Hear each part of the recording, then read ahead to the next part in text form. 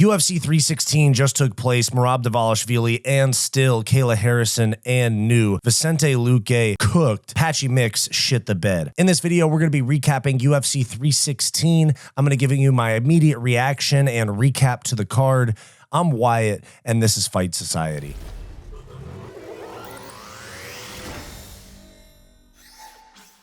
We will start with the UFC 316 main event. Merab Dvalishvili defends his bantamweight title against Sean O'Malley. Now, this was a very surprising fight in a lot of ways, okay? Sean O'Malley quit the gooning, quit the smoking weed, quit having an open relationship, like whatever all the whole distractions were that he was talking about. He cut all of those out, and he still got done worse than he did in him and Merab's first fight. And he had a healthy hip. He had surgery as well, and he got done even worse than the first fight. Now, Merab won via essentially like a ninja choke that turned into a north-south choke in the third round. Sean O'Malley was starting to get discouraged and kind of got lazy and gave up his neck. Let's start with the first round. Sean O'Malley won the first two and a half minutes of the first round. He kept the fight standing, was piecing up Merab, and then he was taken down and unable to get up for the remainder of the round. Merab for sure got round one. In the moment, I thought maybe it went to O'Malley, but it for sure went to Merab after 2 to 3 minutes of very dominant top control and just frustration out of O'Malley. Second round, semi-close, but another Merab round, mostly on the feet. And that's the thing with Sean O'Malley was so worried about the takedown. It nullified his striking offense because he didn't have the same output. He couldn't really set up the big shots, but Merab also was landing because O'Malley would have hands low to dig for an underhook, and he was just getting clipped while Merab was just essentially with no technique, just charging in with overhands and jabs. And he tagged O'Malley a few times. O'Malley really just should have been more willing to fire as Merab closed the distance, but what he really did was just worry about the takedown, and it caused him to lose a striking round in the second round. And then in round three, multiple takedowns. O'Malley landed a big left at the start of the third round during an exchange, wobbled Merab. Merab just kind of tarted his way in and, grabbed a takedown. Lots of ground and pound. O'Malley almost got up. He got very lazy while in a headlock position, and he gave up his neck. It was actually supposed to be a ninja choke or a front naked choke. And through like his twist trying to get out of it, it kind of ended up becoming like a north-south choke, something like that. Merab, potentially the bantamweight GOAT. I'll make a separate video about that, but Merab looked very good. He looked very good. And honestly, so did O'Malley. It's just that Merab, and as much as I hate on Merab, I don't love his fight style. He gave us a very good fight last night, and he dominated a guy that some people had a controversial opinion about the first fight. So Merab is going to be here at 135 for a while. He doesn't want to go down. He doesn't want to go up. The UFC doesn't really want to make Pantoja versus Merab, although him moving up to fight Volk would be kind of a sick fight. It's not going to happen. Merab wants to stay at 135. And yeah, he's basically the bantamweight GOAT. Now, I've spent a lot of time bashing Merab's fight style. He gave us one entertaining fight last night. He got a finish in the third round against somebody that's not a very good grappler, a very striking heavy opponent. This doesn't automatically change my mind on Merab having one finish in the UFC or two finishes because he had the Marlon Moraes finish as well. 2 finishes in like 15 UFC fights or 13 UFC fights, something like that. It doesn't change my opinion of his fight style. He had a good night. That's kind of it. Yeah, he's the bantamweight GOAT. I'll make a separate video about that because, he might be on PEDs, because keep in mind, he did gas his first 2 fights in the UFC. You can't just toss that aside. He gassed out in his first 2 fights in the UFC. All of a sudden, he has this EPO type of cardio. Now, I'm not saying he's on EPO, but it sure seems that way. And it definitely puts a damper on his title reign if people think he's a cheater. But, people said that about Khabib. People say that about Islam.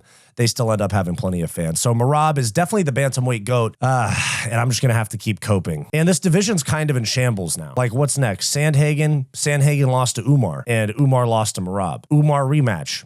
He kind of got dogged by Merab after the first 2 rounds. What else? What else is there in the division? I mean, Pantoja moving up is something. Figueiredo lost. It's basically just Corey Sandhagen. And they said that he's going to be the next guy. Or at least Merab said he's going to be the next guy. And they'll probably do that fairly soon. This was June. They'll probably do it in September. They'll probably, you know what? They're probably going to do it at UFC 320 in Las Vegas because they announced that Noche UFC, which was originally going to be in Guadalajara, Mexico for UFC 320, was changed to a fight night in San Antonio. That's still happening. It's a fight night card. But now UFC 320 is going to be in October, on October 4th. And given that UFC 319, which is Chimaev versus Duplessis, is on August 19th, that means we're going like 7 weeks without a pay-per-view. Of course, there's going to be cards in between, but we're going 7 weeks without a pay-per-view, meaning that our remaining pay-per-view schedule is going to be, we got 317 coming up, Topuria, Oliveira. 318 is Holloway, Poirier. 319, Duplessis, Chimaev. Then we have a month off. Then we have 320 in Vegas. I have a sneaking suspicion that's going to be Jones versus Aspinall with a Merab versus Sandhagen co-main event. I actually think that'd be a pretty sick card. And then 321, Abu Dhabi, most likely Pereira Ankalaev. 322, November, that's Madison Square Garden. I could see that being Islam versus JDM, something like that. Because Merab is a big star, but I don't really see him headlining a pay-per-view unless he's against like an O'Malley type of big name. I think he's a co-main event type of champion like Valentina Shevchenko, Alexandre Pantoja most of the time. He's probably a co-main event champ, even though he's the GOAT of his division. But back to the fights. Dominant win for Merab. Moving on to the co-main event, Kayla Harrison absolutely dominates Julianna Pena. Julianna Pena is literally just bad at fighting. I don't know how she's a 2-time UFC champion. I don't know how she beat Amanda Nunes. Dominant performance. Kayla has top-level judo like trickiness and technique that she sneaks in there, along with the physicality advantage of being a former 155-pounder in MMA and competing in judo at 170 or 175, something like that. Good for Kayla. Gold medal in the, Olympic gold medalist, UFC champion. She's definitely one of the best female combat sports athletes ever. But so far, her UFC resume is Pena, Holly Holm, who was like 43 years old, and Ketlin Vieira. So she kind of needs the Nunes fight to happen and win that, or people are going to call her UFC legacy kind of questionable because Pena sucks. Ketlin Vieira is okay, but not a champion. Holly Holm was very old, and I think it was her last UFC fight. So Kayla Harrison actually definitely needs the Nunes fight to come to fruition. Now, the Nunes fight is pretty big. It's very big for a women's MMA fight. And I think it's going to end up headlining a pay-per-view. They'll do some pay-per-view in a not very big city, or with Amanda Nunes coming back, they'll do it in Brazil, and that'll be the headliner, something like that.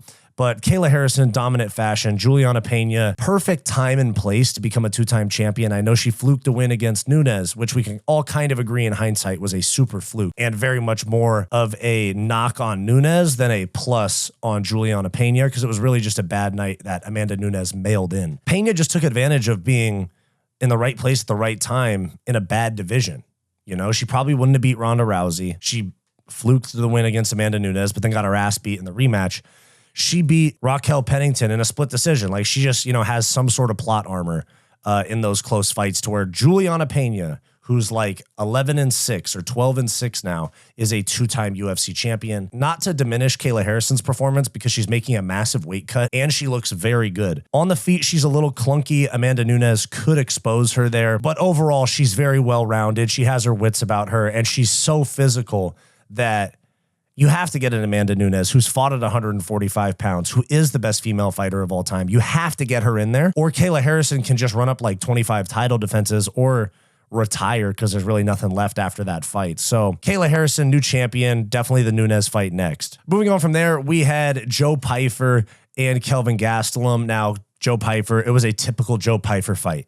He came out swinging for the fences in the first round, dropped him twice. Kelvin Gastelum ate an insane head kick, flush head kick, and just ate it. Nothing, no wobble, no drop to a knee, no backing up and retreating, no panic takedown. He literally just ate a head kick and kept pushing forward. Kelvin Gastelum's a dog. As much as he clearly is not physically in that great a shape and doesn't seem to take his career all that seriously at times because he's missed weight, he's always game. He's always game. And Joe Pyfer gave him a tough fight. Joe Pyfer, in my opinion, 10-8'd the first round. He dropped him twice. Almost had him out of there, just fumbled the ground and pound, but could have had him finish. That was a 10-8 round for me. Round 2 as well, just outstruck him in a much more boring round, because Pyfer clearly gasses after the first round, which is a huge problem for him in 5-round fights. We saw that against Jack Hermanson. If this was a 5-round fight, Gastelum probably gets the decision, but this round put him up 2-0 with a 10-8 in my book, so had him up 3 rounds, technically, not just 2. And then the third round, honestly, could have given it to Pyfer, but I see an argument for Gastelum because it was a good back and forth, and I think that's how it went. I think a couple judges had a 30-27. I think one had a 29-27 or something like that because of the 10-8. So I understand that either way. But Joe Pyfer, very exciting in the first round, but terrible cardio. Terrible cardio, dude. He throws like 5 overhands and then he's flat-footed, hands at his waist, just throwing like one bomb every like 15 to 30 seconds, something like that. And he doesn't really have a whole lot to his game other than being long and powerful. Like, he doesn't have a crazy jiu-jitsu game. I haven't seen him show very good wrestling. He really doesn't have like he has that it factor with the power, but he doesn't have a very well-rounded game whatsoever, to be honest with you. So Joe Pyfer's probably going to get a top 15 opponent off of this win. And it's probably going to go the same way. It's probably going to be an Apex main event that he's going to get gassed out and lose in. So moving on from there, Mario Bautista versus Patchy Mix. One of the more hyped up Bellator fighters to cross over to the UFC, and Patchy Mix literally had the greatest opportunity possible to take a fight on 3 weeks notice, KO Mario Bautista, who the fans don't like. They literally wanted Patchy Mix to win, and he fumbled it. He showed up and did nothing. He actually really didn't show up. He sat there kind of doing this like tough guy Diaz face while he threw his hands up every like few times. And this 122 seems very generous. I don't actually think he landed 122 strikes because Bautista was boxing him the fuck up. And shout out to Bautista because the fans don't like him. He actually gave us a very good performance. He was trying to put on a show. It actually went the opposite way that I thought it was. I thought it was going to be Mario Bautista creating a boring, slow-paced fight with a lot of takedowns, while Patchy Mix would, mix it up, be aggressive, wrestle, box, the whole thing. And it was the opposite. Mario Bautista was the one really deciding what happened in that fight the whole way through. So Patchy Mix, 20 wins and 2 losses now. He can bounce back. He'll be fine. But this was a very, very bad performance. And even though he has a very good resume outside the UFC, losing dominantly to Mario Bautista makes people question the competition outside the UFC. So Patchy Mix, probably a low-ranked top 15 opponent after this, someone in that 10 to 15 range again on a full camp. I think he'll do fine. Mario Bautista, I don't know. Song Yadong, something like that. Henry Cejudo, I don't know. But nothing that's a huge step up because he's probably 2 wins from a title shot, even with an impressive dominant decision win over Patchy Mix. Now, moving on to Vicente Luque versus Kevin Holland. I picked Kevin Holland. I thought he was maybe going to check out, but I picked him by decision. I thought he was going to kind of just stay at range, and it wasn't going to be the most exciting fight. He subbed Vicente Luque with an anaconda choke, which is Vicente Luque's like go-to, the anaconda and the darce. Vicente Luque literally just trusted his jiu-jitsu too much. He got caught in that choke, and you saw him very calmly try to semi-defend it and go to his back. And Kevin Holland is massive for 170 pounds, and he just caught one of Luque's legs and was able to finish the choke. So Kevin Holland, 2-fight win streak. He called out Colby Covington. I think that's a sick fight night main event somewhere in like Texas or Florida. Maybe put it on the Noche card. Maybe make it the Noche card main event. I know it's not Hispanic themed, but Holland fights out of Texas, out of San Antonio, I think. So, or maybe Houston, but it doesn't matter. That could be a sick fight. Or put it on a pay-per-view main card, feature fight, 3 rounds. Colby probably gets smoked by Kevin Holland, by the way. A couple prelims that I wanted to take a look at. Bruno Silva got TKO'd by Josh Van. Josh Van, huge fan favorite, great fight style, aggressive, great boxing, pushes the pace, knows exactly what the fans want to see. He called out Brandon Moreno after the fight. I think that's a sick matchup. Book that. That's the Noche main event right there. Moreno versus Van. That's the Noche main event right there in September. Book it. We had some good wins. Azamat Mrzakhanov stayed undefeated. Salsa Boy beat Sergey Spivak. That's crazy. Gustafsson, the Viking guy with the Nazi tattoo, beat Chaos Williams. Wang Kong, very impressive win. Let's be real.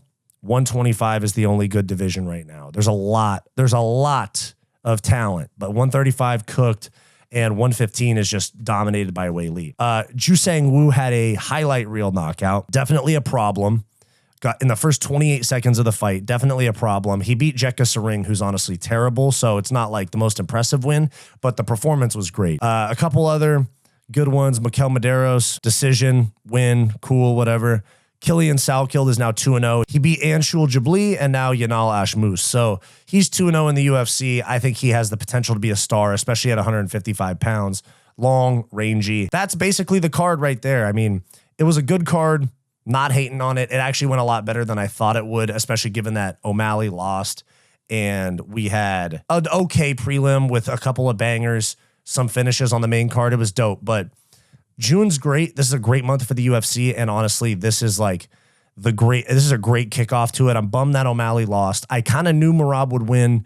I was hoping O'Malley would, though. Very, very good kickoff to June. A lot of new things getting dropped. Dana White says that Jones Aspinall is guaranteed to happen. Some other things. We'll talk about that later in the week on live streams, but fantastic way to start June, considering that this was the B-level pay-per-view compared to 317. So given the circumstances, very good pay-per-view overall. So let me know your thoughts down below. What's next for Merab? Who do you think wins Harrison versus Nunes? Let me know your thoughts down below. Did you like this video? Then like and subscribe down below. I also do multiple live streams per week, along with behind the scenes content and members only live streams for our channel members. So become a channel member for access to bonus content. It's only $5 per month and it greatly helps the channel's growth. I also do a podcast with my best friend Bo, and I have a non-MMA channel as well called Wyatt's World. You can check both of those out linked below.